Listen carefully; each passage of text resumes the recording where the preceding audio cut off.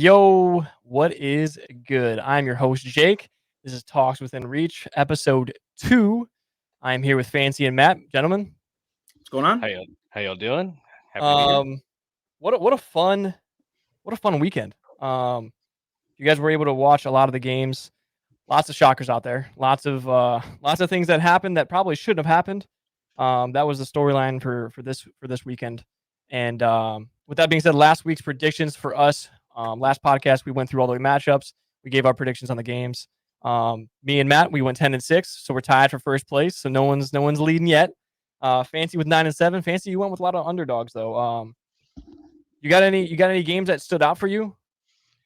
Yeah, I mean, the game that stood out for me specifically was Jets and Giants. Yeah. Absolutely stood out for me as far as just overall good game. But of course the underdogs taking Tennessee, and Carolina. Yeah. What about you, Matt? Anything that stuck out with this past weekend with all the upsets? Anything that really was like, man, I could not believe that happened. Yeah, I mean, the one that I focused in on and I was watching was that Monday night game, primetime, Lions Raiders. Of course, you're watching that, right? Yep. What we really got to see though is with that running back situation. Looking forward to Monty coming back after the bye week, but Gibbs really stood out as a dominant back, so it's going to be fun having two really good running backs coming out of that bye. Yeah. So it's one of those things where something going into the beginning of the season for fantasy, a lot of people were Montgomery Gibbs. Gibbs was taken very, very high in a lot of the drafts. I think a lot of fantasy owners for Gibbs have been upset with his production. But am I right to say, as a Lions fan, for you, like you watch more of the games than I do. I see a lot of the red zone stuff or whatever for fantasy, but is this year a lot between Montgomery and Gibbs? Is it not very similar to Jamal Williams and DeAndre Swift? Like it's almost like Swift is the role of Gibbs and Jamal Williams is the exact role for Montgomery now. And it's like Montgomery is just all red zone, all the hard touches, and then Swift's got the Swifty outside runs and the screens and the big yard plays. But if he doesn't get them, Williams is the guy that you want. Like Right. Yeah. So that's that's why I'm excited moving forward to have both of those guys in the backfield. You saw it those first couple weeks that they were together. Had some great packages when they were both in the lineup. Even you got motion from Gibbs. He has a chance to go on a wheel route. Throw it to him.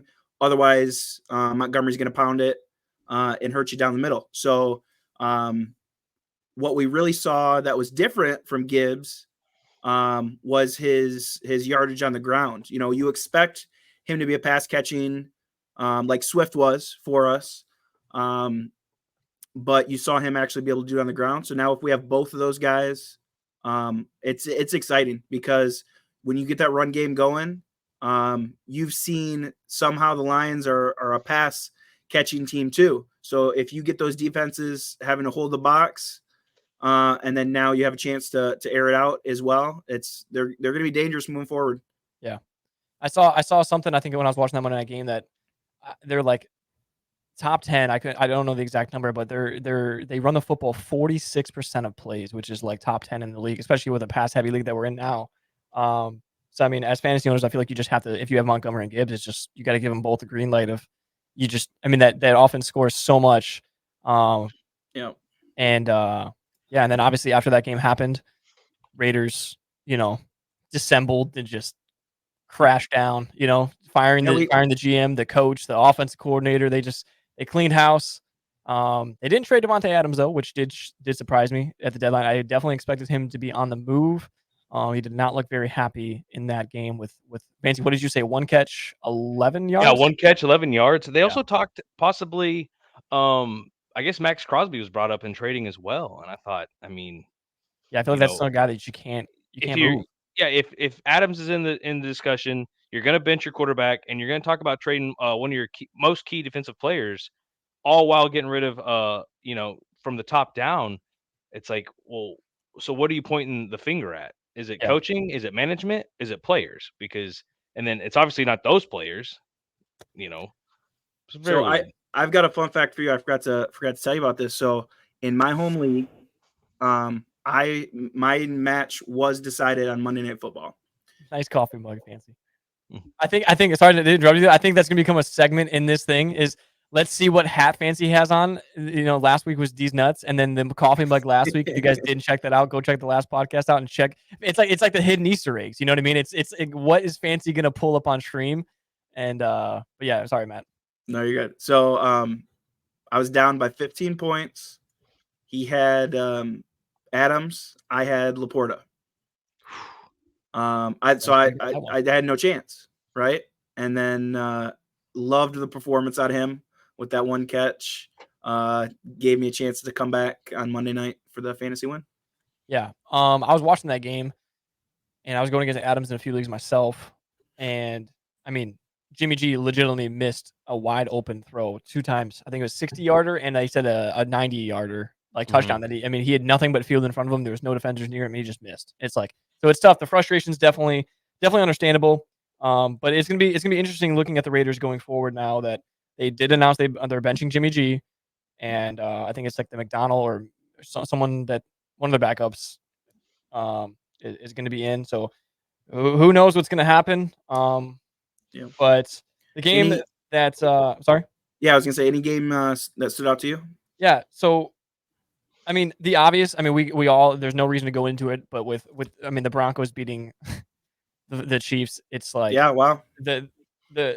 That's not my game of the week that shocked me the most. It did shock me, but it's almost one of those things where, I mean, we all picked them, and it's one of those things where sometimes when it's like that, I mean, Vegas sees it, right? Vegas sees it, and they know. And so, I mean, some of the stats that came out with the Chiefs thing, if I'm remembering correctly, he was 16-0 against division opponents on the road. And that was his first loss on the road against division opponents. And then he was 25-0 going into that matchup with teams that are under 500 by multiple games. I mean, so you guys all know Funzy. Shout out to Funzy. If you're listening to this, Funzy, you're a goat. He was sweating out a parlay all day long. I don't have the exact ones, but it was like Kamara, someone else, and the last leg was Chiefs minus 2.5 because he just took a lower spread on it. And I'm like, dude, you're nailing this. It was like 250 to win like 2,300 or something like that. And I'm like, you got this, dude. Like that's the lock of the week. Like that's the easiest thing you got left. And then they come out and they do that. And then 49ers, they dropped their 3rd straight game in a row. But the game that I want to talk about the most, which is surprising that I want to talk about this game, but we were looking through for the shockers of the week, and it's the Atlanta-Tennessee game. Fancy, you were the only one that took Tennessee. Me and Matt took Atlanta in that matchup, but Desmond Ridder got hurt, was clear. I think it was concussion protocol. Got cleared and never came back out on the field. They left Taylor Heineke out there, or Tyler. Is it Tyler or Taylor? One of the two. And they left him out there. They lose the matchup, and now going into this week, even though Desmond Ridder has them, 4-3 until that matchup, and they're number 1 in the division, they're benching Desmond Ridder, which is like mind blowing to me when you have a young quarterback that you drafted, and you got to let these quarterbacks develop a little bit. I feel like, and he's shown some improvements. He's thrown over 300 yards a couple times the last 5 weeks, and I feel like you're seeing all those things, and the guy gets hurt, and Tennessee's games are always low scoring, right? I mean, Tennessee and Steelers, I feel like, always play teams very low scoring defensive matchups, very field goal type of games, and you don't put your quarterback back in there, which that, in my mind, when I was watching the game, I'm like, there must be a bigger injury that we don't know about, and that's the reason why. So I was interested to see that because, like I said, he's been playing very well, and then when he didn't come out, and then they announced this week that there's a new starting quarterback, it was like mind blowing to me that that's the case. And then on the other side of things, Derrick Henry doesn't get traded at the deadline. They win that matchup, and Will Levis throws for 4 touchdown passes. I mean, who had that on their bingo card, right? Wait, I even said, I was joking, right? Yeah.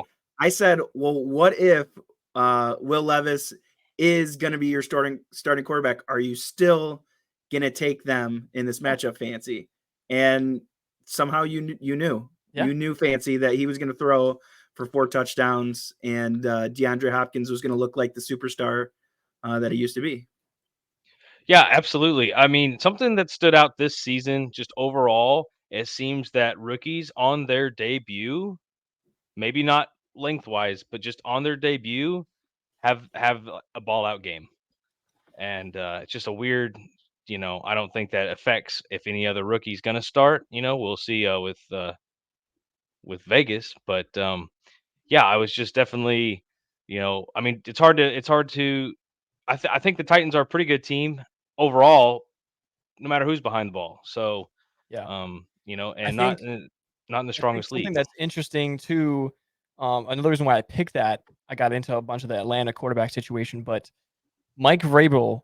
Now it's announced because we're recording this Wednesday. It'll be posted on Thursday, so this will be posted before Thursday night's football game is out. Tannehill's ruled out, but as of yesterday, Tuesday, um, Mike Vrabel was talking about the quarterback situation, and the media literally just assumed that, like, hey, how is Will Levis looking like at this practice week? He had it come off this thing. Like, are you excited for him to his second start? And he stopped him right there and said, who said he was starting?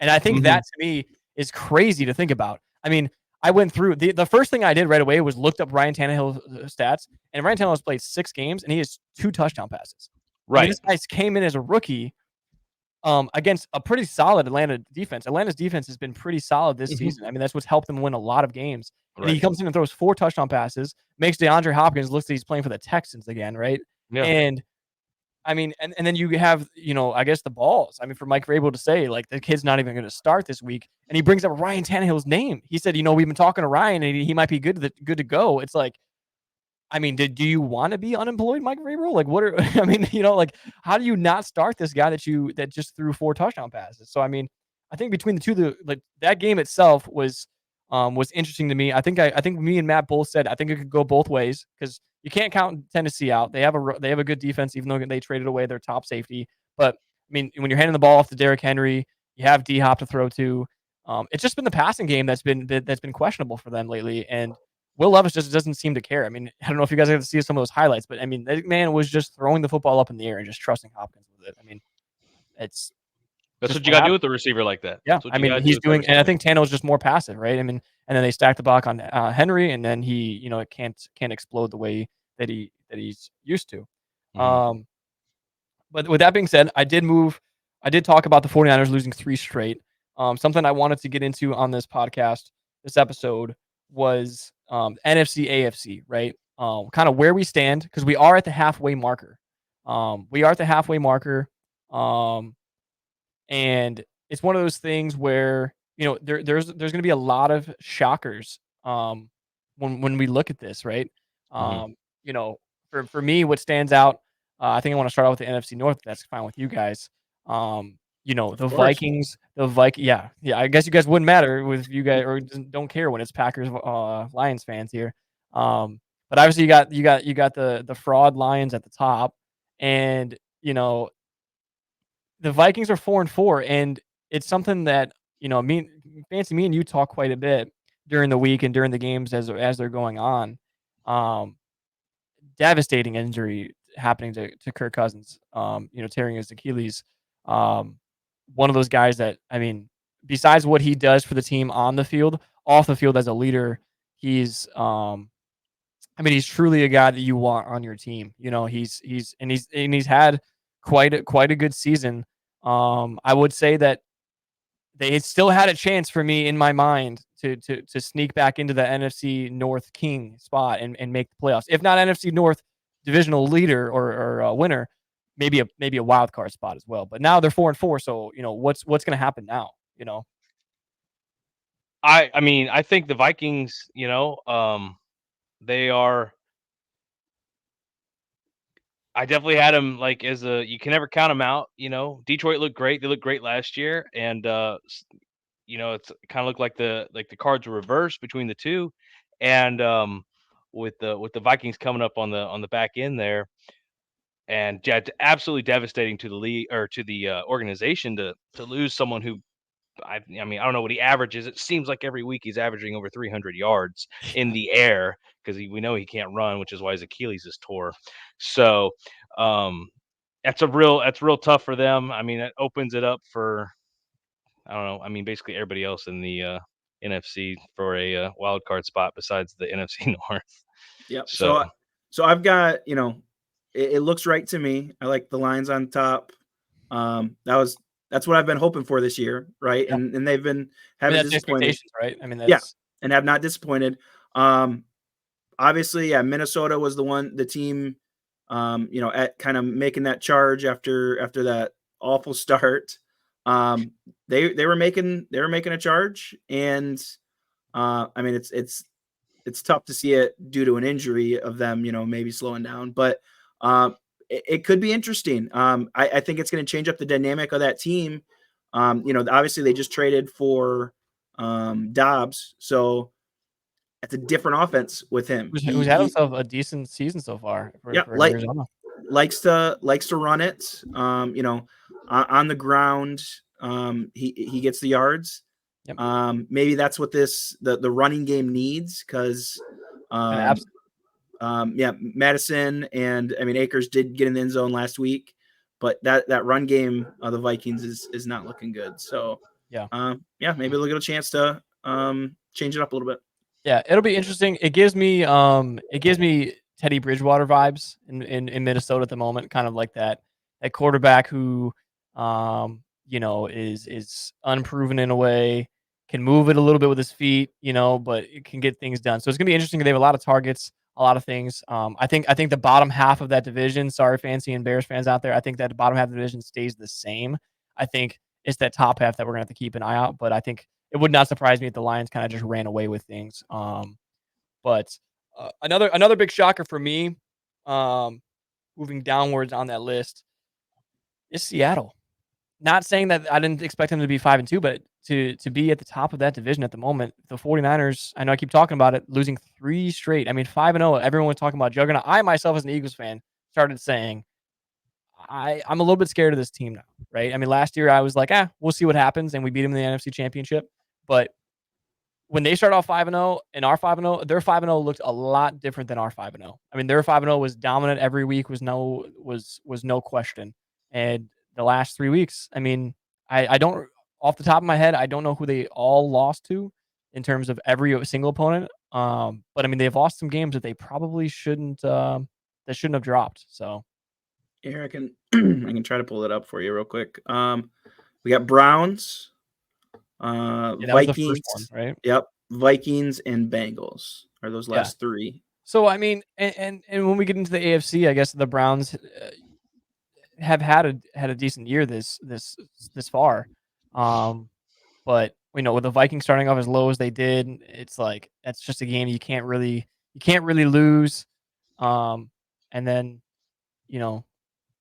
they lose to, who was the last team who did they just lose to? The Bengals. Bengals, yeah.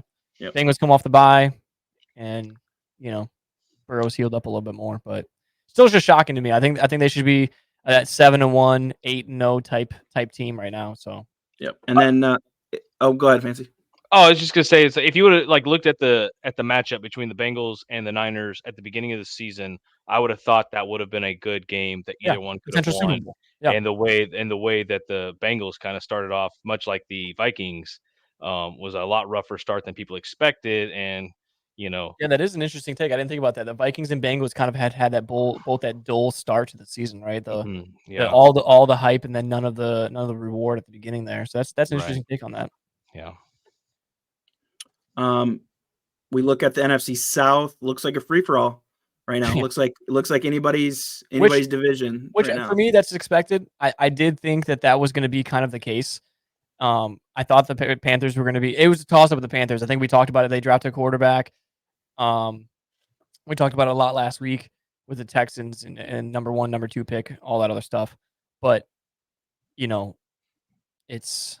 I will say the Falcons shocked me, and Tampa's fallen off quickly. I think the Saints are going to start running away with this division here pretty soon. They play the Bears this week, and I think they're going to start taking away Atlanta. When you see QB changes like that, when their team is 4-3, I mean, it would not surprise me if Arthur, I think Arthur's their head coach. If he's going to be in the hot seat after that move. I mean, you draft a quarterback and then you move them when you're 4-3. It's a tough look. And I mean, that division's wide open. So if they can't win that division right now, it's going to be on him. So But I got the Saints taking that, running away with that here soon. Yeah, me too. I think the Saints are hopefully starting to come alive. Obviously, not having Camaro those first couple weeks, when he's such a big part of your offense, you got to figure out a way to still get through those games. But now that he's back, you see what they were missing. And then if Olave can get back into form, him and Derek Carr connection, I think those three are the main pieces of that offense, and I think they'll have a chance at taking the division. Yeah, definitely see New Orleans kind of run away with it. Michael Thomas, if you don't have him on your fantasy, you probably should. Yeah, he hasn't been bad. He's been consistent. He's not as Michael Thomas, breaking records, all this stuff, but he's a 10 to 13 point guy if you need a flex. You can count on him to give you some numbers. But then we have the best division in football, NFC East. Commanders. Still not happy about the one. Still not happy about the one, man. Still not happy about the one. You want to be 8-0, but at the same time, we talked about it last week with the Lions getting their ass kicked to the Ravens. When you lose those games, it's a little bit different. I think this we play the top two teams right now in the NFC. They play this week, so we'll get into the matchups later on. But it's going to be a very big week. I mean, going from 8-1 into the bye week for the Eagles versus going in 7-2 and then going, having the Cowboys being 6-2. By the time we get off the bye week, we can be tied for first place in that division. So it's going to be a big matchup. I'm very surprised that it's not this. I don't think it's a Sunday night game. I think the Sunday night game is Bills Bengals this weekend. It's very surprising to me they don't have 7-1, 5-2 Cowboys Eagles, like divisional, like who can take the lead type thing. And then halfway through the season, it's not like it's early on. But maybe I'm being a little biased on that I want them to be primetime. I definitely think they should be primetime. That's an easy one. Giants, I thought, man, I really thought they were gonna have a better year. I thought there was another chance that three teams from our division could make playoffs, just like it happened last season. But it looks like Washington already threw in the towel. I mean, they made two big trades, and I don't really feel like they got much for them. I know if you guys aren't aware, they traded Sweat to the Bears. The Bears gave up a second-round pick for him.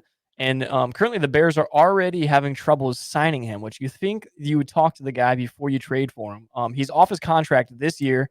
So he's kind of in the control. He's kind of just in the driver's seat at this point with his contract discussions with the Bears. Cause I mean, like he already told him, he doesn't know if he wants to stay there. And if they're going to waste a second round pick, they're going to try to throw some money at him, maybe overpay him a little bit. So that's gonna be interesting to look up on. And then, not to always keep going back to the 49ers. Seems like I can't stop talking about them today, but they trade for Chase Young and they only gave up a third round pick. Something that was interesting that I found out that because you look at Sweat and you look at Chase Young, in my opinion, Chase Young is a lot more dominant than him, but the Bears gave up more for someone that wasn't Chase Young in that trade. Something that was released is that the Washington Commanders would not give up his medical reports. So that's what brought the value of him down. Is he's very injury prone in his career, and they didn't want to disclose any of his injury, his medical status. So that's why the Bears stayed away from him and went with Sweat instead. So it'll be interesting to see how it pans out for the 49ers. But I think that was the white flag for the Commanders this season. Unfortunate because I thought Sam Howell was playing very, very well, and I thought they had the right pieces going. But I would love to see them give it a little bit more shot because that's probably my. I don't think you have a divisional opponent like favorites, but I think that's one of my favorite teams in the NFC besides the Eagles in terms of rivalries. I do like the Commanders. They've always played us well, and fuck the Cowboys. So, yeah. Just to add on to that is those two defensive moves for Washington. Really would have loved to see either of those guys match up with Aiden Hutchinson. Yeah. The Lions defense were they in talks? Do you know? I don't think so. I don't think that's what they decided. I never heard a rumor of it. Yeah. Yeah, I don't think they decided to make a move. Maybe they were, and they just weren't willing to give up. What it cost? Yeah. The cost of which actually was cheap. So it kind of sucks seeing that they did not decide to go defensively. Either of those guys with Aiden Hutchinson, I think would have been scary. So now with San Fran having Bosa and Chase Young, offenses that are playing against them, look out, because I think that's going to be scary.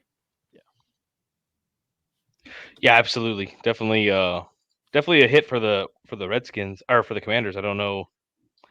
I don't know what their strategy is here. Yeah, I really don't either. Especially with It'll be Sam Howell interesting to see. really putting up decent numbers. It's like, Yeah, that's why I thought they were still going to give it a good run. I mean, make a wild card spot, whatever. They just might not see it as something that they can do with the. I don't know what their upcoming schedule is looking like, but Matt, if you have the AFC, you got the AFC, perfect. This, I mean, you can just, I mean, even if you just quickly switch back to the NFC, I mean, look at the difference between the top dogs. I mean, every division leader is 6-2. That's a stout. That's interesting. It's gonna be fun to go into this. Obviously, I mean, I know I joked around and I said, the NFC, being the best division in football. I think it was last year. I think there was no arguing that in terms of record and 3 teams in playoffs. It's like we're the only, you know what I mean? It's a big accomplishment. But between the AFC East and the AFC North, man, talk about some teams that, I mean, this can go any way. I mean, if the Ravens get any, I mean, they're prone to that injury bug, right? I mean, the Ravens are known to have a couple injuries along the way. I mean, J.K. Dobbins early on and Odell Beckham now. Not that that's much of a drop because he's kind of at the end of his career, but I mean, it's a big target to go after. But I mean, I don't even have a prediction for AFC North. I really don't, because I think Cincinnati is going to play some good football coming up. I think you come off the bye, Joe's healthy, you beat the 49ers. I mean, your momentum is there, and I think they're going to keep rolling with it. And Joe's going to have that mojo, and he's going to keep things moving. I think you see the Browns and the Steelers kind of die off a little bit more. Like the Browns start off, I think 4-1 or 4-2, and then you're going to start seeing them kind of lose some games like they should be. So I think it's between the Ravens and Bengals for me. I think it can go either way. AFC North, yeah, definitely a tough one. I got the Ravens. Jackson's gonna show his money,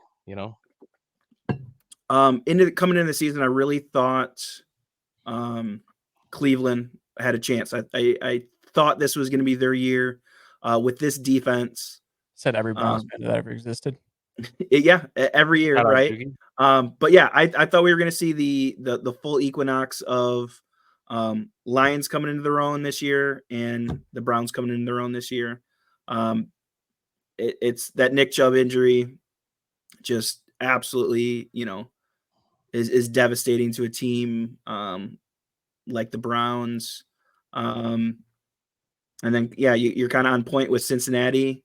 Are they going to be able to come out of this hole that they kind of dug for themselves at the beginning of the year so far? They're looking good as of late. Yeah. One game behind. I mean, one game behind is not much halfway through. I mean, how could Cincinnati not? Yeah. Yeah, it's interesting. Then you got the AFC West. I mean, it's tough just not to even say Chiefs, right? I mean, it's one of those things where I mean, if you're gonna put some money down on somebody, it's gonna be the Chiefs in that division. Until, I mean, Las Vegas, we talked about that, right? It's a dumpster fire.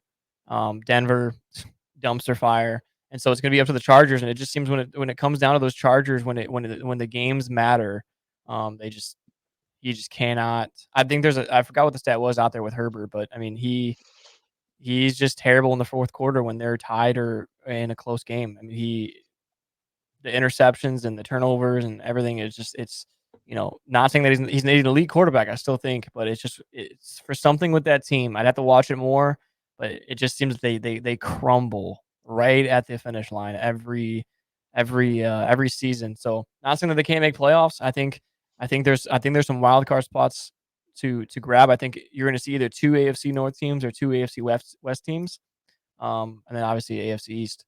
We'll see what happens there too, but it's going to be tough. So what you're saying is the Dallas Chargers. Is that what we're getting at here? Is the if there could be teams that are in the Dallas Cowboys rank, it would be the Buffalo Bills and the Los Angeles Chargers. I mean, it's absolutely but the Chargers fans are less annoying. Yeah. This is true. I definitely don't see anybody besides the Chiefs coming out of the AFC West winning. I mean, even being in the playoffs over between Jacksonville, Miami, Buffalo, Baltimore, and most likely Cincinnati. It's like there's no room. I don't see him. I see the AFC West kind of lining up like the AFC South. Jags seem to be running away with it. You've got these. Maybe it's just I don't watch enough of those games, but I think any time I see Houston matchup, a Tennessee matchup, and a Colts matchup, it just doesn't jump out to me. I don't think that they have a chance most of the time. Yeah. Which is the opposite of with the Jags. I think are in most games. So to me, just like you're saying with the Chiefs, I think Jacksonville is the lock for the AFC South. Yeah. I think that's just a no-brainer. It's one of those things where Texans aren't ready. Tennessee's got the quarterback just mess. I think they're kind of throwing in the towel with that trading their safety, and they're looking for trades for Henry. They just didn't find the right one. I think they're kind of just, and I think the Colts getting Anthony Richardson, not getting him, but having him get hurt, kind of just really, really hurt them. Not that Minshew has been bad, but I think it's definitely taken a toll on that team. I love Minshew.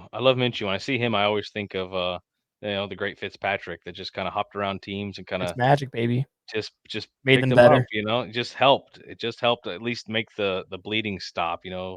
It was like the Band-Aid on the boo-boo. Yeah.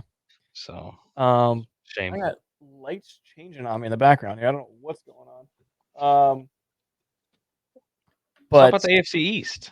Yeah, the AFC East, man.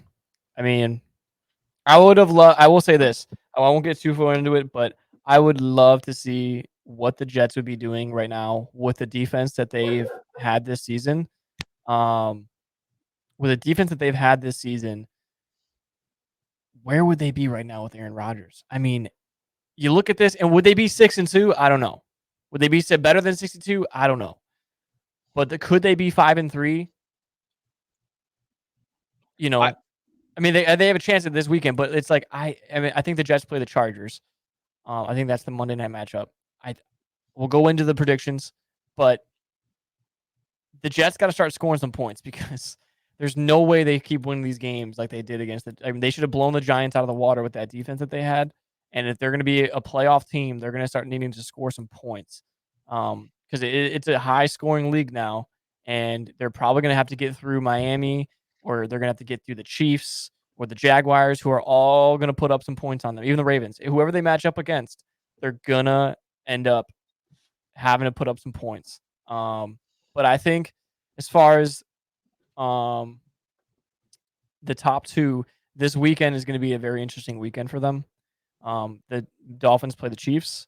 It's going to be a huge 6-2, 6-2 matchup. I think it's in Kansas City. Germany.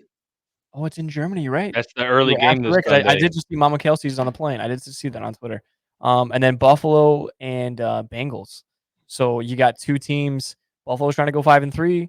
Bills are trying to get 6-3. They're hoping for a Chiefs win. So that way they can tie up on the AFC East there when they start off a little slow. But I think it's going to be an important week for both those teams. I think the top two are going to be one of the two that come out of that division, though. Absolutely. Once again, I mean, Buffalo is going to have a great regular season, and we're not going to hear from them afterwards. Miami, magic. It's magic down there. Tua, after such a rough, injury-filled last season, just stepped right back into it without skipping a beat. I love to see it. And what's his name? Mike McDaniels? Yeah. Their coach? Yeah, he's just doing it. I thought it was just I'm a big Mike McDaniels man. I love him. I think he's the coolest coach in like all of sports history. Like not even just football. I just think he's the coolest coach. He showed up in Germany and he gets to the stand. And he's in like a foreign room, and the first thing he says is he gets to the stand and he goes, I know what you guys are thinking. I'm a lot bigger in person. Like, he's a tiny, scrawny dude, and he's just like cracking the jokes up. It's just like some weird, like cool substitute teacher, like those vibes. Yeah, so, absolutely. He's the man. Definitely saw some great Halloween costumes of him. Yeah. Absolutely loved it. So Yep. You got anyone? Any shockers in that division, Matt? You're just going. I don't know. I mean, the storyline I want to see. I mean, I don't want to see, but I do want to see the Jets somehow holding out, and we get that miraculous comeback from Aaron Rodgers. If somehow they can just find their way into the playoffs, and he comes back and does something crazy, that'd be pretty cool. That'd be a pretty cool storyline. But aside from that, really hoping Miami, doesn't slow down. Really hoping that offense keeps kicking it into gear. You got HN coming back sometime soon. Yeah, they said next week. Yep. So hoping for him to come back. You saw last week Waddle, stepping up, playing well. And then it'd be interesting to see when they work Claypool into that offense. If they can get him firing on all cylinders too. I don't know how you stop them. When they have all those pieces together. So yeah. Something that I want to get into before we move on to our next segment, is we talked about a lot of the teams. We talked about the juggernaut teams. Between the NFC, AFC, who are we thinking? I feel like this year has been I don't want to say less dominant because there's some good players out there and there's some good stats out there. But when I think of MVP, I feel like at this point in the season, maybe the last couple of years, you kind of know like, oh yeah, if he stays healthy, he's doing it, And for me, in my mind, it was Cousins, and now Cousins is hurt, right? So it's like you can't win MVP when you're hurt.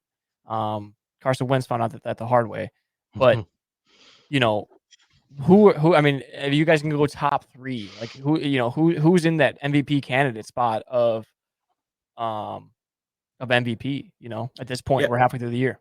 So the one I kind of just talked about it, right? That Miami offense it is insane. But if Tyreek Hill can keep these numbers going, you may see a wide receiver have a chance at MVP. And that would that be a first? I don't know. I can't think of. I was trying to think of the last one off the top of my head, and I don't know who that would be. No wide receiver has ever won an NFL MVP. Okay, so if he can keep these numbers up, I don't know how you don't give it to him. So that'd be my first one that stands out to me. Yeah, that's a great point, Matt. Yeah, I feel like that's one that didn't even pop in my head. I feel like you automatically just go to quarterbacks. Well, I mean, which is my point, is who's feeding those yards to him. Okay. I mean, but is he feeding those yards to someone else if Tyreek's not there? Waddle. But they explained like what that offense is with him in terms of his speed. Those routes that he makes are only suited for him. Like no one else. I totally understand the argument for Tyreek Hill, and I when the Chiefs got rid of him, I just absolutely, my jaw hit the floor. I thought that, okay, well, there goes that. Which obviously the Chiefs have still done well. Miami's utilized him great, but in my mind, I mean, I keep circling back because I've always kind of been a hater of this guy. But he's really starting to heat up is Lamar Jackson. I mean, he's really starting to play some good football, and he demanded this huge contract. He got it, and I was like, I don't think he's gonna live up to it. And I've kind of been eating my words so far as the record shows, and I would throw him in there as a potential, depending on how the postseason run goes, if it happens for them. Yeah, that's Lamar Jackson. I gotta throw Jalen Hurts in the circle. If I could go, I'm not gonna go top 3, but I could go top 5. I mean, you gotta go Tua. Kirk Cousins would be up there if he was healthy. I think he was having the best quarterback season of his career and in the NFL at the moment before he got hurt. Stats were out of this world. And so you got to throw in Hurts, you got to throw in Tua, you got to throw in Mahomes. And then from there, I mean, Lamar Jackson, like you said, Tyreek Hill. But I think another thing, which I guess is another thing that we can look up, if someone could look up for me, has a running back won MVP. I feel like that might have actually happened. I could be wrong. But McCaffrey, I mean, the guy has scored, I think it's 16 straight games now, a touchdown. It's like, I mean, I don't think we've ever really seen something like that. I mean, he's dominant. Adrian Peterson. Okay, yeah, that makes sense. I mean, I was gonna Yeah. say Adrian Peterson or like Walter Payton, like one of the like someone like a big name that or Barry or something, I guess. But Yeah. I mean, I think this is the first year that I've really you threw in the Tyreek thing, which I absolutely agree. It didn't pop up in my head right away. He's like one of the fastest people to get to 1,000 receiving yards in a season, and I mean, if he keeps up those stats, he's gonna break Calvin Johnson's record. I think it's Calvin Johnson's record, right? No, Calvin Johnson's got the single game. Um, but whoever has the season, I mean, he's gonna be hunting it down because I know no one's hit 3K before. Oh And I mean, yeah. he's on pace for close to it. So I think it's the first year though where we might see when we get to those end games, depending or end of the season, if these guys can keep it up, um, you're gonna see McCaffrey and Tyreek Hill's names up there with these quarterbacks, which is gonna be interesting to see. Even though when anything but a quarterback has been up in that discussion, quarterbacks still always tend to win. Um, but Yeah, it takes a still, very outstanding season by yeah, someone outside of the quarterback position to 'cause win. even when Aaron Donald had that unbelievable year, they didn't. I mean, they just moved on from Snuff. it. Gave him Snuff. the DPOI. So, but Still good. so now we're on the discussion um, of players. Last week we went through on our podcast. We went through um, a DK head-to-head lineup, and of course, your host came in first place, 142 points. Felt good. Gotta say, I don't know what I win. I don't think we discussed it yet, but feels good. I mean, it's first of many wins for me. Um, But in all seriousness, it was 143 for me, 102 for Fancy, and 83 points for Matt. Not Matt's best week. No, I didn't like Hopefully, it. hopefully, hopefully he does better.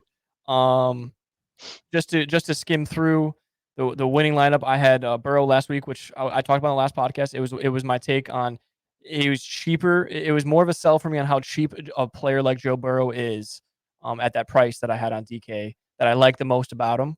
And the 49ers let up a lot of points the last couple weeks before that. So I just felt like him coming off the bye week, I talked about it, nursing that injury all those games, and now he got to heal up a little bit. It was just an easy pick for me. And then I had Etienne, who he's just been scoring touchdowns every single game. I mean, I didn't check what his price was for the matchups going into this weekend. I didn't take him this weekend, spoiler, but I mean, he has like 7 touchdowns in the last 4 games or something like that. It's something ridiculous. And then me and Fancy both took Breece Hall. We got lucky. He got a big reception on a screenplay for a huge touchdown that got us a lot of points. Zay Flower didn't do too much for us. McLaurin did exactly what I thought. I talked about it last week going against Philly. He just always seems to do well. So he came up with 17 points as well. London, I said everything has been consistent with him, and another 10-point week for me. Goddard was just consistent enough to get the job done, and then I had Ayuk, who with Debo being out, he's been great. So that was my lineup last week. And then going into this week, if do we want to keep the same format, go through quarterback and then go through RBs together like that we did last time, or? Yeah, sure. Okay, so this week, I went with a cheaper option than I even went last week for Burrow. Derek Carr, 5,700. He's going against the Bears. I love the matchup. Simple as that. I just love anyone that's playing against the Bears, and Carr's having a good season so far. So. I gotta pull mine up 1 second. I got Sam Howell. You got Patriots, right? Yeah. So defense is prone to some points. Yeah. Yeah, I think without their defense, they might feel a little bit more pressure to score more, and I think he's gonna step up to it. I like it. I thought about that. So I went. I chose the wrong end of the game last week. I took Stafford instead of the Cowboys. So this week I'm going with CJ Stroud.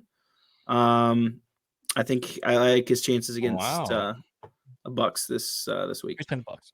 Wow. Gotcha. Wow. Shout out Redbird. Yeah. Shout out the GOAT in Florida. For running backs, I went a different route this week. Last week, like I said, I had Eaton and Breece Hall. I felt like that was a big little kind of same running back in a way, but I went with Kareem Hunt, who the last 3 weeks has done very well. His price on DraftKings is really low right now. He scored a touchdown in both of the last games.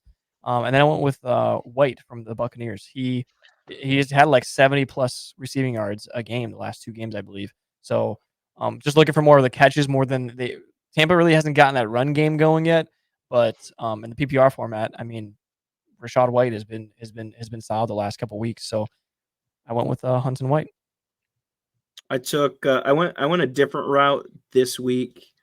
Instead of going real high priced on at least one guy, took two middle of the road guys. Kind of already talked about the Vikings. What are they going to do with Cousins out? So I went Madison. Hopefully, I think that's the stable factor. Is you got if you got a new quarterback coming in, just try to get the run game going. What's the prices you got him at? So 5,400 for him. Okay. And then 5,000 for Chuba Hubbard. He stepped up, and I think he's going to be the lead back moving forward. And I think he's got a great opportunity against Indianapolis this week. Yeah, for those fantasy owners out there, real quick, Chuba Hubbard was on the field more times than Miles Sanders was in the entire game for receiving plays, for run plays, third down plays, everything. He owned every snap share in every category in that game. So Chuba Hubbard's on that waiver wire, and you guys need a running back. He is going to steal that spot from Miles Sanders. Yep, and you saw him come in and just do really good when McCaffrey went down. So he's got a great opportunity now that he's the lead back. I like that. I like both running backs there. Yeah, I picked I got Josh Jacobs and Zach Moss, 2 teams in quarterback trouble. And what do you do? Just like you said, Matt, we're gonna go with the run game probably. Yeah. Not that what just randomly reminded me about we were talking about running backs. Josh Jacobs is definitely getting something going. You with a newer quarterback, so I like those 2 picks that you guys had. Kind of like go with the running back with a newer quarterback under center. That's a good thing. Also, tight ends. Tight ends are something to think about if you guys are looking do a DraftKings lineup yourself. That quick safety valve using the run game a little bit more. I think we all went pretty interesting routes. I don't think we really had those big names besides Josh Jacobs, who probably cost you a pretty penny after the last couple of weeks. 6,900 had to buy him. That's a good number. Had to get it. But what I want to discuss is we didn't talk about, not really discuss, but just bring up is the Bills signed Leonard Fournette. So if you're a James White fantasy owner, it's got to be concerning. Because Leonard Fournette is a workhorse, and for some reason they just don't believe in James Cook. So I was interested to see if you guys were going to take him because I was going to bring that up if that was the case. So fantasy owners, I don't know really what to tell you. Pick up Leonard Fournette if you can, I guess. Yeah, I just don't know when they're going to implement him. Yeah, but he's in practice spot right now. Yeah, but when they do in these next couple of weeks, then yeah, look out. And I've always felt like he's a perfect fit for them. The year that he signed with Tampa, that 1-year deal, with when he came back with Brady's last year, after he unretired, the loser. He, Bills was a big landing spot for him because they weren't certain there. So I don't really understand the signing. I don't know. Not to get into that, but yeah. So those are the running backs. I think we all have some interesting ones there. For wide receivers, I went with another interesting combo. I went with Zay Flowers again. Yeah, he only got me 6.7 last week, but I do like his matchup against Seattle. I think he'll have a better game. I think he's been pretty consistent. I went with CeeDee Lamb against the Philadelphia Eagles. This is one of those plays for me where it cost me a pretty penny. I had some leftovers, so that's why I went with him. Because I grabbed I think it's Joshua Downs. This is his first name for the Colts. Downs. He's had a tremendous rookie year since Minshew came in under center. I mean, Minshew loves him. His game log has been very impressive. He's probably not available in any leagues. He's like top 20 wide receiver right now. But getting him for 5,200 against Carolina Panthers, I felt like was an absolute steal in DraftKings. Like I felt like that was an absolute steal, which helped me free up for CeeDee Lamb. It's one of those matchups where we've all done it. you take someone that's on the other team that you don't want to win, because if he sucks and you're watching it and your team wins, it's a win-win. So if CeeDee Lamb puts up 0 points and the Eagles win, I still won in this league, in my opinion. So, and if he torches the Eagles, then he torches the Eagles. So, Yeah, I got Amari Cooper and Zay Flowers. I still have faith in Flowers.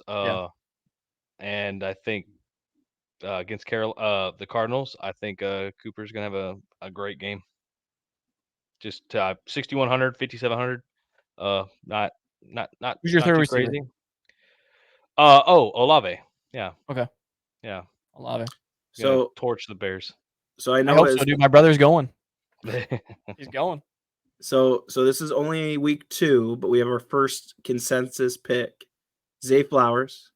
Hey, we did it, gentlemen. It only took Let's us go. 2 weeks. Great minds, right? Let's go. So there's our first consensus. And then I went on the other side. I spent my money here on AJ Brown against the Cowboys. How much did you get him for? 8,600. Yeah. See? So I saved on my quarterback. I saved on my running back so that I could spend up. Absolutely. Because hopefully I'm not the jinx and slow down his productivity of 125. If he doesn't do that, I'm texting you the minute that it happens. Yep. He's got a record. We'll see. This is a test. This is a tester. If I need to put him in my lineup every week to make sure the Eagles slow down. But yeah, so that's my big price. And then I tried it last week. I love the quarterback wide receiver stack. So I went with Nico Collins. So that I've got that connection going. So yeah, and his fantasy points per game was pretty high for his price on DraftKings. I kind of like that play quite a bit. And tight end flex and defense. We'll get through those real quick. I went with an interesting one for tight end. I went with Taysom Hill. He had like 60 rushing yards last week. So he's listed as a tight end, which is always fun because he's not throwing the football as much this season for fantasy owners, but he will throw on some downs. So it's one of those things where you're getting a quarterback, wide receiver, running back, and tight end all in one. He plays all those positions. So for the price of it, well, like you said, let that whole stack thing. I mean, there's a good chance with having Derek Carr and Taysom Hill in this lineup, getting him for pretty cheap for Taysom Hill. And Derek Carr. I'm going to get the touchdowns besides Kamara. One of those quarterbacks are going to throw a touchdown. And Taysom Hill runs the football quite a bit, so there's a good chance that they just run him in the end zone as well. And then I had some more money saved up. It didn't cost me a crazy amount, but I went Bijan Robinson against the Vikings. We'll see what happens in that matchup. We'll go into the matchups here soon, but I just like the matchup. And then I went Vikings defense just in case. The Vikings actually have the #1 fantasy football defense at the moment. Fun fact. Nice. I went so you're a cheater because you should have to put Taysom Hill at your flex position since he has every single position. I have a good lawyer. We can discuss details. Yeah.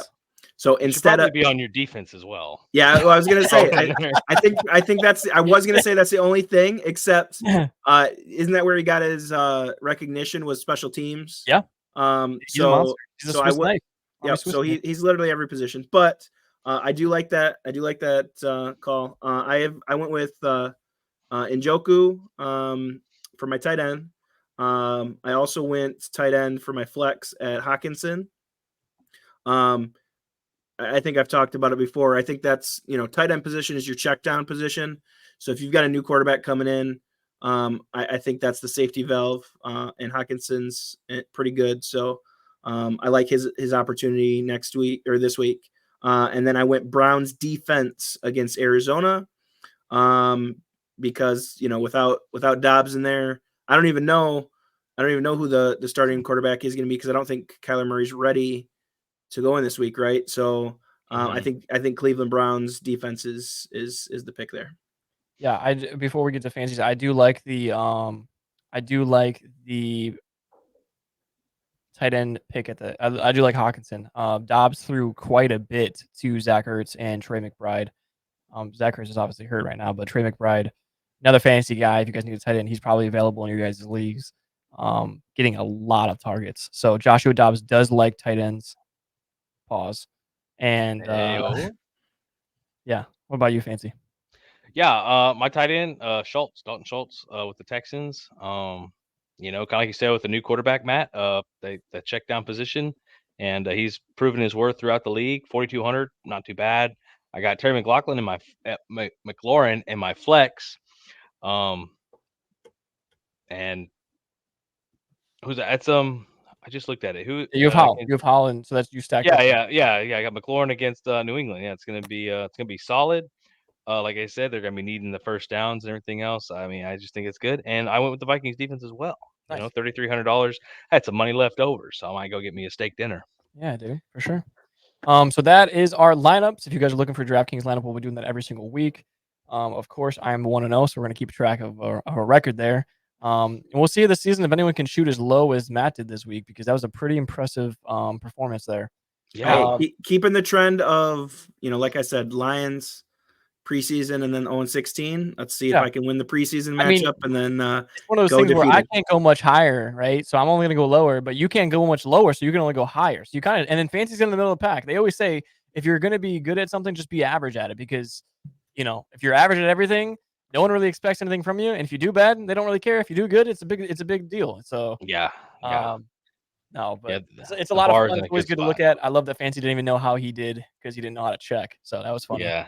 But so this next quick little segment that I have, I know Matt, last week you have your trivia stuff that we do at the end of the podcast. But before we get into the upcoming schedules or upcoming games for this weekend, I wanted to do something fun where I have 2 stat lines for you guys, and you guys tell me who you would take in those matchups, and then I unveil who. Oh yeah. Is.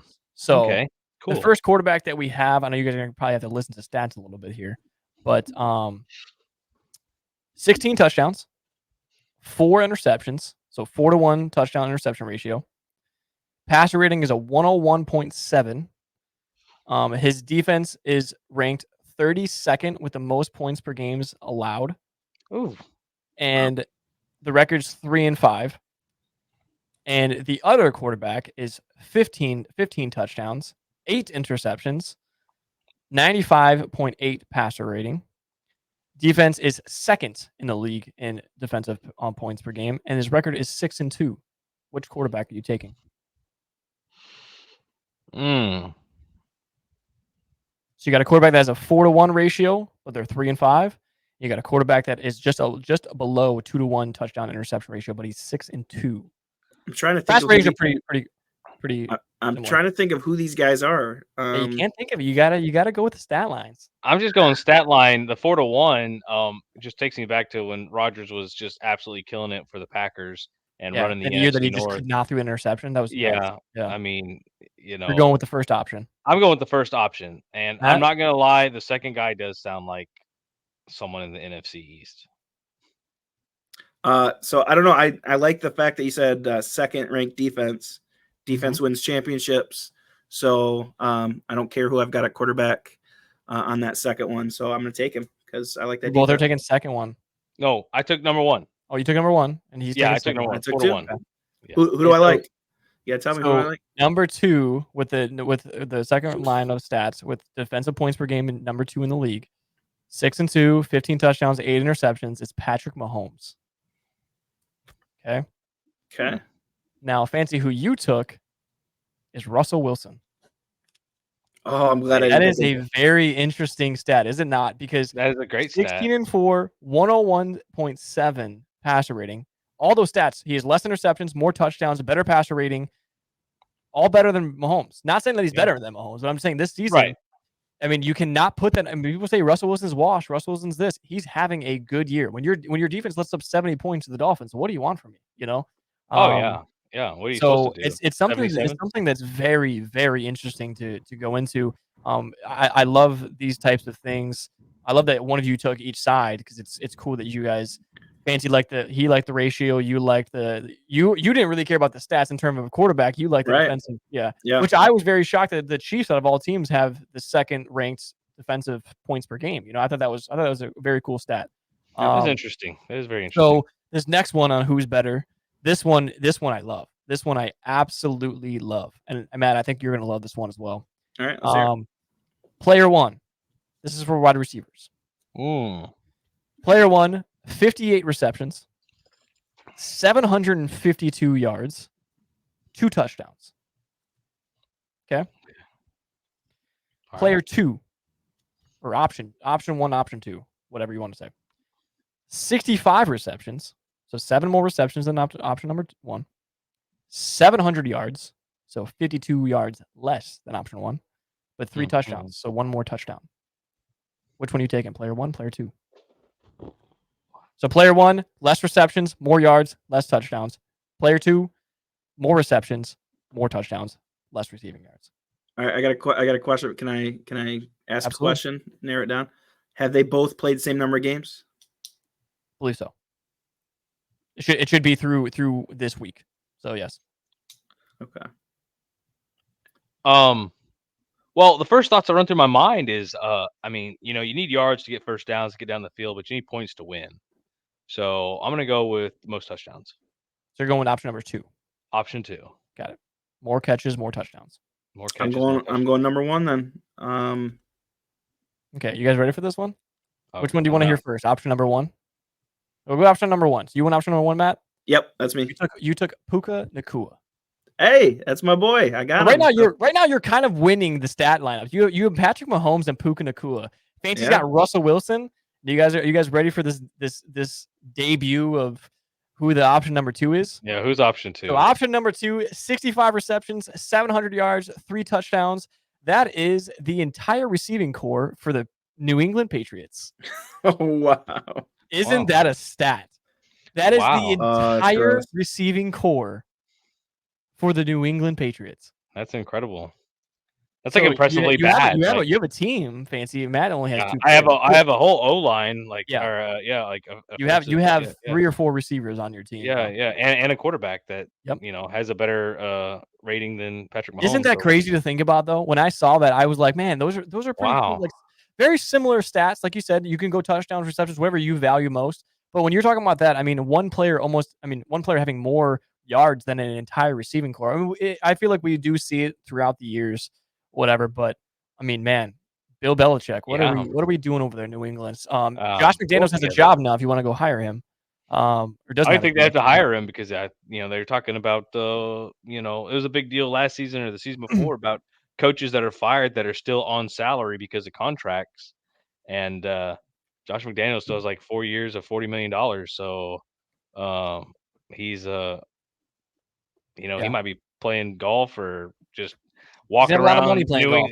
Yeah. He's gonna have a good time for the next 4 years at least before he figures out his next move. Before he has to figure out his next move. So good on them.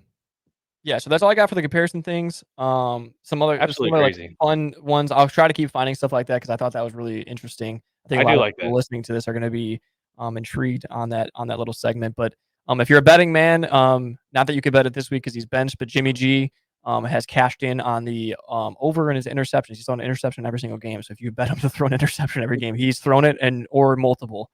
And then interesting thing that we were just talking about Bill Belichick. In their first 42 starts, Nick Sirianni and Jalen Hurts have combined for a record of 31-11, including the postseason. That's better than Bill Belichick and Tom Brady in their first 42 games together. So that's interesting to think about. I feel like a lot of people, I mean, that's definitely an Eagles fan stat for me that popped up that I love. I have another Eagles one, but I won't get into it. But it's definitely interesting to think about because we praise Brady and Belichick, especially in their early years, so much that I don't think anyone will ever really discuss the GOAT coach and all this stuff. You got to prove yourself on winning so many Super Bowls to get to that point. But it's interesting when people break those records that it's less talked about. It's like when I feel like Bill is on such a high point for us that this stuff just doesn't shock us. But when other coaches do it, I feel like it's almost that same thing where it doesn't shock us anymore because it's like, Bill did it. It's like, but interesting thing to bring up. And then let's see what we got. We have okay, so we're gonna go into the upcoming games. We're gonna skim through those, and then we have our we have one more segment with Matt with his trivia question. So tomorrow, or I guess today, because the podcast will be posted on Thursday. Tonight's matchup is the Titans and Steelers. Interesting matchup. Will Levis, I believe, is starting. If not, it'll be him and I think Malik Willis is the other quarterback. They'll kind of be just doing a whole Taysom Hill, Derek Carr thing where they swap out the quarterbacks type thing. It's in Pittsburgh. Mentally, I don't think I've even made a decision on this game. I feel like this is another one of those games. It's Thursday night. I believe I looked it up before we started this up, and it is, I don't know if it's the lowest over under in NFL history, if it's tying it or if it's close to it or whatever. But the over under in the game right now, I believe, is like 34.5 or 36.5. So they don't expect too many points in this matchup. If I'm going to go over on any Thursday night game, it might be this one, especially if Will Levis is starting. But yeah, I'm gonna go with I can go with either one right now, and I feel like I'm gonna go Tennessee. I feel like I bet against Tennessee last week, and they burned me down, and I went with the Steelers last week, and they disappointed me. So I'm gonna go Tennessee. Yeah. I got Tennessee. No, I just don't have faith in Pickett. Bottom line. Fair enough. All right, I went Tennessee Titans. All of us, huh? I think if that Will Levis Hopkins connection gave us some insight, this last week. I think they got a chance against that Steelers secondary. So I think they come on top. Next game, let's see, Dolphins Chiefs going over. Going to be played in Germany. Part of that interesting series of games going overseas. This one in Germany, so that's kind of interesting.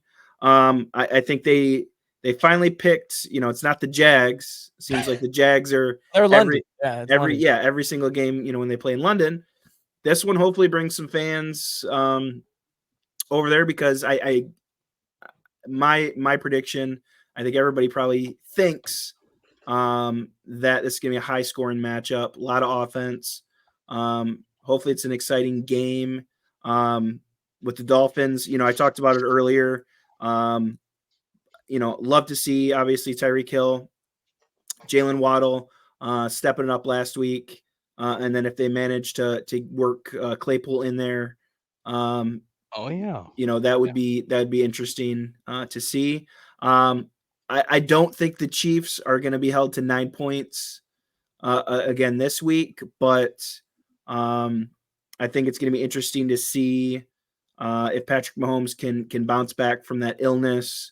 Hopefully he's on the mend, and we see some exciting football. Is he sick? So that last week he was sick. Okay. I didn't hear that. And that was part of that. Maybe he had that foggy brain, kind of like I got going on right now. Kind of attributed to that 9 points. I don't know. Look better and performing better than him. So Mahomes, Matt. You tell me. There we go. Way better. One thing I am excited to see. One of the guys that I picked up on my fantasy team was Rashad Rice. Because I can't figure out their wide receiver core. Yeah, I don't think they can. So I think he's an exciting new weapon that he's connected on. I'm excited to see what he can do too. Yeah, I got the Dolphins winning. I just think their offense is just gonna edge them out. That's who I got. Dolphins on that one. And who do you got on that matchup, Matt? Oh, sorry, Dolphins. Okay, I just wasn't sure if I missed that. Yep, thank you. Yeah. I think it's a rare week where shocker that we're all going same pick here. Like I said, I'm 10-6, Matt, you're 10-6, and Fancy, you're 9-7. So it's going to come down to some of these picks here. But Dolphins Chiefs, it's it's tough that we're all going to go against the Chiefs. I think I'm going to go Dolphins too, but it's going to be interesting, that Germany matchup. Who wakes up, like you said, even that illness. You don't really want to be ill and then flying all the way to Germany. I'm sure that's not going to make them feel better. A lot of travel. It's gonna be interesting. I'm gonna go Dolphins. Yeah, absolutely crazy. Vikings Falcons. High noon on Sunday. I think the Vikings win this. With or without Kirk Cousins. I think Dobbs was, like we talked about earlier, having a great season. I don't want to say great, having a good season. For a rookie, doing what he could. record doesn't show his performance at the Cardinals. And I mean, the Falcons, I think they're in a little bit of trouble. I think you got two rookies going head to head, which I kind of like to see. And I think the Vikings, everything surrounding the quarterback is better built than the Falcons surrounding their quarterback. Not by much, but I do think it's better. I'm gonna go Vikings. Even without Kirk Cousins, I think they've got the better team here. So I think they're take out the Falcons. Yeah, I think I'm gonna go Minnesota too. I think it's gonna be a big win for them. I think that it gets them above that 500 marker, and I think it's gonna be a different Minnesota team. It really is. I just don't like the quarterback situation with the Falcons, so I think it's Minnesota for me. So right now, all three games here, we're going to pick same. I'm sure none of us are going with the Bears in this next matchup, which brings us to Saints Bears. I got Saints by 1,000,000. If you want to take a mortgage out and put it down on the Saints money line, I don't know what it is, but there's a good chance the Bears just do absolutely nothing. I don't think I don't know if Justin Fields is healthy or not. I don't really think it makes a difference. But maybe it makes a little bit of a difference. But I'm still taking Saints in that matchup. Yeah, I definitely have Saints over the Bears. I mean, well-rounded team. Derek Carr is finally looking as good as people talked about him whenever he was with the Raiders. I love him. All right, and I'm going with 93% of people on ESPN on our pick'ems to say Saints as well. Love it. All right, next matchup we've got Rams at Packers. So I already told you I love Puka. He was one of my in fantasy, one of my prize pickups. As he started to break out this year. What I don't like is the status of Matthew Stafford. He ended up hurting his thumb. He basically, I don't know if you saw the replay. He basically caught his thumb in the face mask of the defender. He's had a thumb injury in the past. Yeah. And I think it was torn ligaments before. I don't know the exact injury yet. I'm hopeful that he's going to be good to go. I haven't heard news otherwise. So there's no update on it yet. Not that I saw, no. So as long as he's in there, I'm going with the Rams. I think Packers have looked pedestrian. So I'm going to stick with the Rams. Hopefully better showing than against the Cowboys last week. Yeah, I think I bet against them last week with Dallas, but I think they can get the job done against the Packers. Like I said, I think that NFC bottom half stays the same. I think it is tough to beat someone in Lambeau, but so that wouldn't surprise me if it went that way. But I'm gonna go with LA, and see what happens. I got Packers winning. Matt Stafford, PTSD in Lambeau. Like you said, home field advantage, and I mean overall, the Packers got turning around at some point, and this is going to be the game. Just last year when we beat the Cowboys on a shit season, I think we do the same thing. And I love it. That's a true Packers fan speaking it out. We get a surprise win. We get a surprise win here. So well, and we talked about it earlier. Cold weather finally came through. Oh yeah, you're used to it. That's true. But he's soft. He's old and soft. You're going from LA, coming over to this cold weather now, and that hurt thumb. So we'll see. Oh yeah, that injury did look really bad. Like when I watched it in slow motion when he slammed in that face mask, I was like, Jesus Christ. I didn't see it, but I mean, obviously, I tore my ligament in my thumb twice this year, and it is not fun. I mean, it takes forever to heal up. The minute you think it's okay, it's not.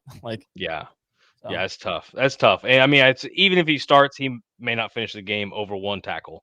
Going into we got the Commanders going in New England against Bill Belichick and a just dismal New England Patriots. I've got Washington. I don't care who they traded. I don't care if they don't even, if they play practice squad versus the Patriots. It just does not look good over in New England. And I mean, Ron Rivera apparently is on the chopping block for his job, which I thought was kind of interesting. And I think he's going to prove that he deserves his paycheck. So I got Commanders winning over the Patriots. I took Commanders as well. I don't know why, other than Patriots have just looked so bad, but for that 1 week, against the Bills. So, just divisional, it's like it always happens that way. Yeah. So, I really like the way Commanders fought against the Eagles last week. And then obviously the game they played against the Eagles last time too. So, bright spot in the Commanders is their offense, and I think they definitely beat the Patriots here. Yeah, I think I'm easily going Washington as well. I think they put up way more points than the Patriots are capable of. As we just went through the Patriots receiving stats, right? It's like, it's going to be tough for them to keep talk up. about my receivers like that. Yeah, no, Washington's got the good receivers. Yeah, that's true. They are yours now. Yeah, that's my team. Yeah, fucking, you can do some TikToks with Juju. But yeah, I mean, who would have thought? Maybe 5 years ago, if you would have told me we're all taking Washington over the Patriots, no matter who's under center at quarterback, we would have thought Bill was at the top of the league no matter what. So very interesting take there that we all not interesting. I think a lot of people are favoring the Washington Commanders, but absolutely just interesting to see how the league plays out sometimes. And then we have the bird matchup, not my favorite birds, but some birds. Seahawks Ravens. Definitely gonna be a fight of the fight. I feel like, in terms of AFC, NFC, I feel like they are replicates of each other, right? They're known for strong defenses. They're known for they're known for just being not necessarily dirty, but you guys know what I mean. That gritty, those gritty teams. But like you said, Lamar Jackson, MVP candidate. I'm gonna go with him. I'm gonna go with them with the Ravens. They're going into Baltimore. I just like Ravens at home. I like the way the Ravens have been looking, and I just need to see more out of Geno Smith. I've been a little bit disappointed with him and DK Metcalf. So I got Baltimore in that matchup. Yeah, I got Baltimore as well. I think, like I brought up multiple times, Lamar Jackson proves his worth, and then I mean, Harbaugh is a great coach. He got Joe Flacco a ring, so I definitely think he can do amazing things. I'm gonna go Ravens as well. I've got Lamar in my home league. I need him to step it up this week, and if he can do that, I think they'll take down the Seahawks. Yeah. Who we got for the next matchup? Bucks and Texans. All right, as you saw in my DK lineup, I'm hopeful. I'm hopeful on these Texans. I think CJ's gonna play well with that stack with Nico, and I think they can take down the Bucks. Yeah, man, that's a tough one because, I think Fancy. We talked about it right away, that Bills Bucks matchup, and we were like, man, if Chris Godwin turned around, if he just turned around, oh yeah, could he have caught it? Yeah. Could he have done it? It didn't hit anyone. That's like unseen, unheard of in those Hail Mary games. And the Texans lose to the Panthers, and it's like, man, I know you had the Panthers, Fancy, but me and you were both Baker fans. I love Baker, and Texans come off that rough loss to the Panthers, and then it gets in their head just a little bit, and I think the Bucs are tired of losing. I think they know the division is in their, like, just right there. It's up for grabs, like we talked about, and they start off hot and they're slipping a little bit. So I think this game just matters a little bit more to the Bucs than it does the Texans. And I think they're going to have a little bit more momentum. They're going to be a little bit more rested up because they played that Thursday night game. So they got a couple more days off, and I think they're going to be hungry. So I'm going to go Bucs. Absolutely agree. I think Buccaneers will pull this off somehow by the skin of their teeth, and it ain't gonna be pretty. It's not gonna be great. It's not gonna be great. I think you'll see Baker Mayfield kind of get shown up by a rookie quarterback. Might fire him up a little bit. I've never thought Baker Mayfield was the number one, but he's definitely, he's solid enough to have his job, and I think he's going to prove that he deserves to be there this week. So I definitely got that. But we got Cardinals at Cleveland. Cardinals. I don't think Kyler Murray's starting, at least unless something changes. Yeah, he's not starting. So whoever it is that the lucky fan draws their ticket and gets to start for the Cardinals, some season ticket holder. yeah, some somebody, one day dad's deal. he's gonna get a chance to walk on the field and play for the Eagles. The I mean, Eagles. I'm sorry, different, same bird team, NFC. No one cares about the Cardinals, and I mean Browns defense. Myles Garrett, he's a menace. I think the Browns, just like the Bengals, could easily be building some momentum to come out hot. And I got the Browns. I think it's an easy choice. All right, so what match we have? So Cleveland defense. Talked about earlier. I think they can hold off the Cardinals without Dobbs. Yeah, I think that's I think that's like the no-brainer of the week in terms of that. You get a 1-7 Cardinals team. They just lost a quarterback that has been even giving them a chance in some of these games. I love that the only win has come to the Cowboys. That makes me happier than anything else.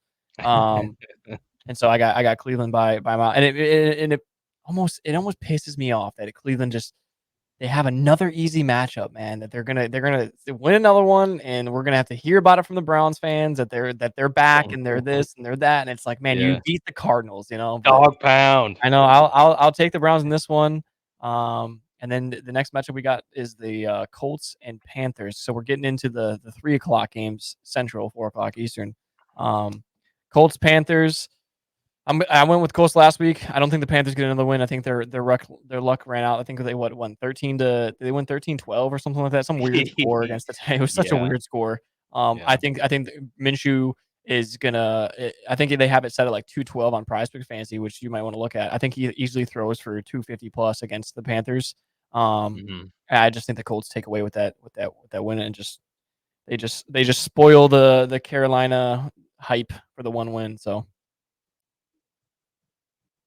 Yeah, I definitely got Colts over Panthers. I like Minshew, and Panthers. Maybe next year. Yeah, they got their one win. I think that's all they get on the season is somehow Fancy You knew last week. But I think they got out of that defeated season. They're not going to go 0-. So I think they don't win the rest of the season. So Colts squeak it out. What do we got? Other 4:00 game: Giants and Raiders. Jets Giants rematch. You mean? I am dreading this game, especially after hearing the news, which hit home for me because I thought my tight end position was locked down on my home league. Darren Waller is out for several weeks. Did not know that. So I'm scrambling because I thought my tight end position was perfect. I had Laporta and I had Waller, and I was going to just coast at that position. They're on a bye week. And since Lions are on a bye week, so hopefully Tyrod Taylor is going to be playing quarterback for the Giants. It's sad to say, but he's going to be the better quarterback at. He is back. Tyrod Taylor is. I'm hoping so because okay. I know Jones isn't going to be in. So, I don't know. I think this game is just going to be just absolutely awful. That being said, with the Raiders firing everybody that they could get their hands on, maybe something crazy happens. Maybe that was the genius move that they needed, and they're going to find somebody that's going to give Devontae and Josh Jacobs the ball. And I think if they do that, then the Raiders can win this game. Yeah, I think I got Raiders too. I think there's going to be a big emphasis on getting Devontae Adams to football. I think the last time he's had like a very poor performance like that, the week right after he had like 140 yards and a touchdown. So I think they're going to be very, very focused on getting him the football. And yeah, I mean, who knows what's going on with that whole Giants situation with the quarterbacks? All of a sudden, it's Daniel Jones, then he's out, then Tyler Taylor's in, then he's out, and then we got Tommy DeVito, who I'm pretty sure was in Scarface. I don't even know where he came from. It's just like some mob dude just came out of nowhere. I was like, I'll play, and they were like, oh well, can't say no now, and they just let him in. So I don't know if it was my ESPN app glitching. My guess is they just didn't have. It said unknown player when he scored. Yeah. I don't know where. I have no idea. like it literally didn't know who he was or something. So it was just funny to see. no when he idea how it scored. happened, man. We literally were watching on Red Zone, and then we went to go throw the pig in the backyard a little bit. We were tossing the football around, came back inside, and Tommy DeVito was in. I was like, who? Like, is that their offensive coordinator? Like, who's Tommy Yeah. DeVito? Yeah. I feel like it's like you hear that on like a starring in this movie coming out in October. Yeah, absolutely. Yeah, I mean, I got Giants winning this though, guys. Okay, this is the fancy. Yep. I got- Somehow Fancy knows. I mean, I think Vegas is making, they don't have enough time. They don't have enough time to get to right the ship this week with the changes that they've made. With the quarterback that's going to be starting, I don't think so, Yeah. Um I got the Giants on that. But can I do a quick shout out? Rangers just won the World Series. 4-1. First Wow. one ever. So let's go. Did they Wow. really? I have not Yeah, been they paying attention to yeah, baseball whatsoever. Didn't even know they were yeah. in a game where they can win it all. Yeah, they just Good clinched for it them. tonight, like about just minutes ago. Yeah, they So dominated yesterday. So Shout out yeah, to the excited to Rangers, see that. man. Good for yeah, them. let's go Rangers, When was the last time they did it? Adrian Beltre? They went, they never won. Oh, Yeah, so this is their first one, very nice. so yeah, nice inaugural World Series. Imagine being that bad, just like everybody else in Dallas. It gives the Cowboys more of a chance now that we're going to the Cowboys game. They're going to think they're the year now. Yeah, it's their time. Maybe the Mavs will win too, which the Mavs have done well in the past. But moving on, Cowboys Eagles Sunday night, really Sunday afternoon. I really wish this was the Sunday night game. Cowboys in Philly. We've kind of talked about Dak Prescott and the Cowboys of LA and the Cowboys of Buffalo, and Jalen Hurts and the Phillies offense does not make the mistakes that the Cowboys defense capitalizes on. And Dak does everywhere. Dak does it all the time. Dak will expose himself at Walmart. So I think the Eagles will come out of this in a little more than a one-score game, to be honest. I think it'll be at least 10-point gap there that the Eagles kind of remind everybody who's the boss of the NFC East. I think the Eagles. I think it's gonna be a shootout. I thought there was gonna be a shootout between Cowboys and Rams last week. I think this is the one that really actually gets it done. I'm excited to see some high power offenses. Eagles are just too good. I think they're gonna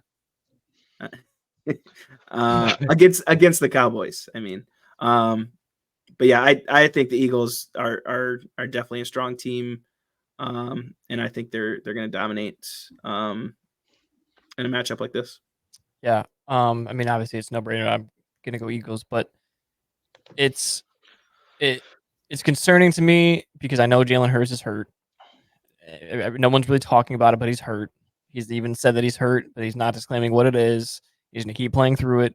And when you see him try to scramble, you see that he's not scrambling the way that he is. And so getting chased down by Micah Parsons is making me a little bit nervous for this weekend. And I mean, Dallas has always got our number, and we've always got their number. It's like we talked about Bills Patriots, right? It's one of those games that just you can't mark it down as a quick, easy one. I would love to go into the bye week 8-1, but we'll see what happens. And then we got the last two games Sunday night and Monday night. We have Bills Bengals, Charger Jets. I'm gonna go with Bengals in the Sunday night game because I love the momentum of the Bengals. I kind of talked about them being the 49ers and all the other stuff. We talked about the AFC teams. I think it helps them build up the momentum just a little bit. And if the Bengals can get the Seahawks to beat the Ravens this week, the Bengals are going to be right there next to them. It's like they never even had a slow start. And then for me on Monday night, the Chargers matchup is super easy for me, and it's just Chargers. Until Zach Wilson can put up more than 14 points in a game, I'm gonna hammer the other team. But yeah, I think the Bills Bengals matchup is gonna be interesting. I think not to bring up that moment, but I think the last time they were playing Sunday night was when we had that tragedy happen. So obviously prayers and hopes that nothing like that ever happens again. But they're gonna be in very similar situation than they were last year. So I'll take Bengals. I think Bengals have righted the ship. I think they're going to just keep this momentum going. And I've got Bengals there. And then I'm going to keep that narrative alive, like I talked about earlier. I want to see Aaron Rodgers come back for the Jets. In order that to happen, they got to win this week right here against the Chargers, who, you know, you don't know what Chargers team you're going to get. So I think the Jets can beat them here. Yeah, I absolutely agree with Matt on this. I mean, I'm never gonna pick the Bills. Joey Burrow is he's the man. I Fancy, like for everyone listening, absolutely hates the Bills. The Bills can go 17-0. Josh Allen could break every quarterback record that there is to exist, and they could win the Super Bowl, and he'd be like, still washed. Like, or still not washed. good. Still overrated. Like, he Absolutely is overrated. not Josh Allen. Bills. The Bills could leave the league, and Josh Allen could never throw a football again, and Fancy would sleep like a baby. Yeah. That's in a nutshell. Yeah. But I do think trying to put that aside, I agree with Matt that the Bengals tightening everything up. Joey B's getting midseason form, which is turning into postseason form, which will turn into Super Bowl form for the AFC. And I think they win it. I think it's probably a little bit bigger spread than people would think. And I got Jets winning too, because you know what? Rodgers out there throwing the ball on the field, no crutches, no limp. That's inspirational to everybody else, Yeah. which is why I think they somehow managed to clutch up their Sunday game. And you know, like Matt said, you know, to get Aaron Rodgers to even step back on the field this season, they got to have a playoff shot. And uh, the Jets got to win. They got to win. They got a defense that can do it. And at some point, you know, Zach Wilson's going to remember that he has legs and can scramble and won't get sacked every play. And Jets win at home, back-to-back weeks at home, even though technically they weren't at home last week. Back-to-back weeks at home in the cold. Once again, Los Angeles can't deal with it. They're going to be hurting. The clutch time, you know, the LA Cowboys will lose to the Jets. Gotcha. Now, last segment, we have the trivia with Matt. All right, so I thought of a couple different questions this week, but I wanted to do one that I could kind of. I'm gonna split it up. Okay, so you both have very similar questions. They're individual this week, but they're individual. Ooh. So Fancy's gonna be from like the 60s. All right, so we'll start with Fancy. Oh God! All right. Josh, are you nervous? Not very much. All right, so I was looking at the team mascots. Okay, so for you, he already clocked out. No, this. Hopefully this one's easy, but you never know. So I was trying to. What are the most reoccurring, type themes in for NFL? So for you, you got to name the kitty cats. What teams are cats? Oh, okay, that shouldn't be too bad. No, you got this. Yeah, he doesn't get to know how many there is, right? Correct. Right. It's, you got your Bengals and your Panthers. Yeah, it shouldn't be hard at all, Fancy. let me go through. So that's two. Yeah. Go through every division in your head.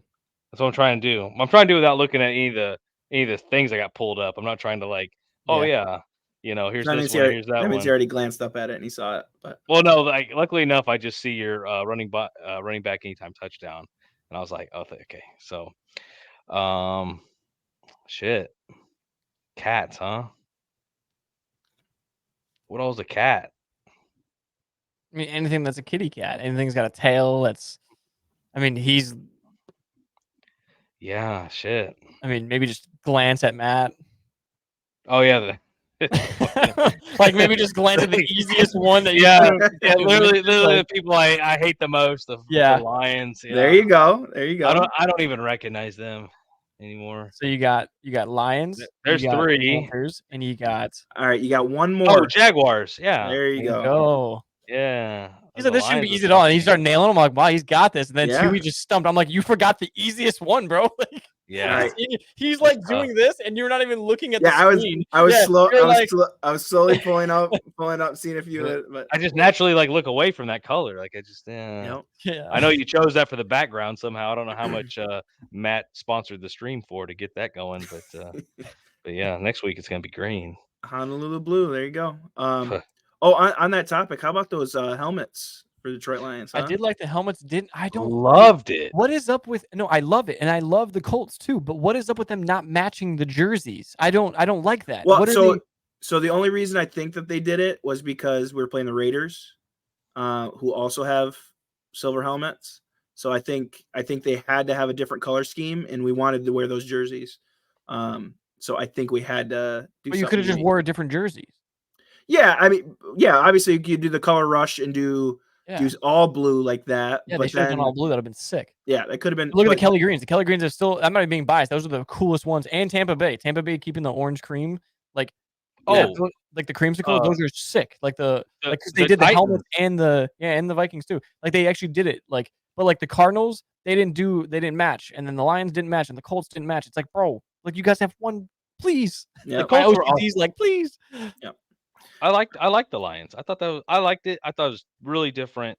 Really, I think it could be better. Yeah, but and then they everything had in Detroit could be so. So kind of like I think your hat. Actually, I'm not sure, but they had the throwback logo. On those helmets as well. So that was pretty cool. So all right, Jake, you ready for your trivia never question? been more ready. All right. This one, you better be able. I want you to just rattle these off. Okay. Oh God. Okay.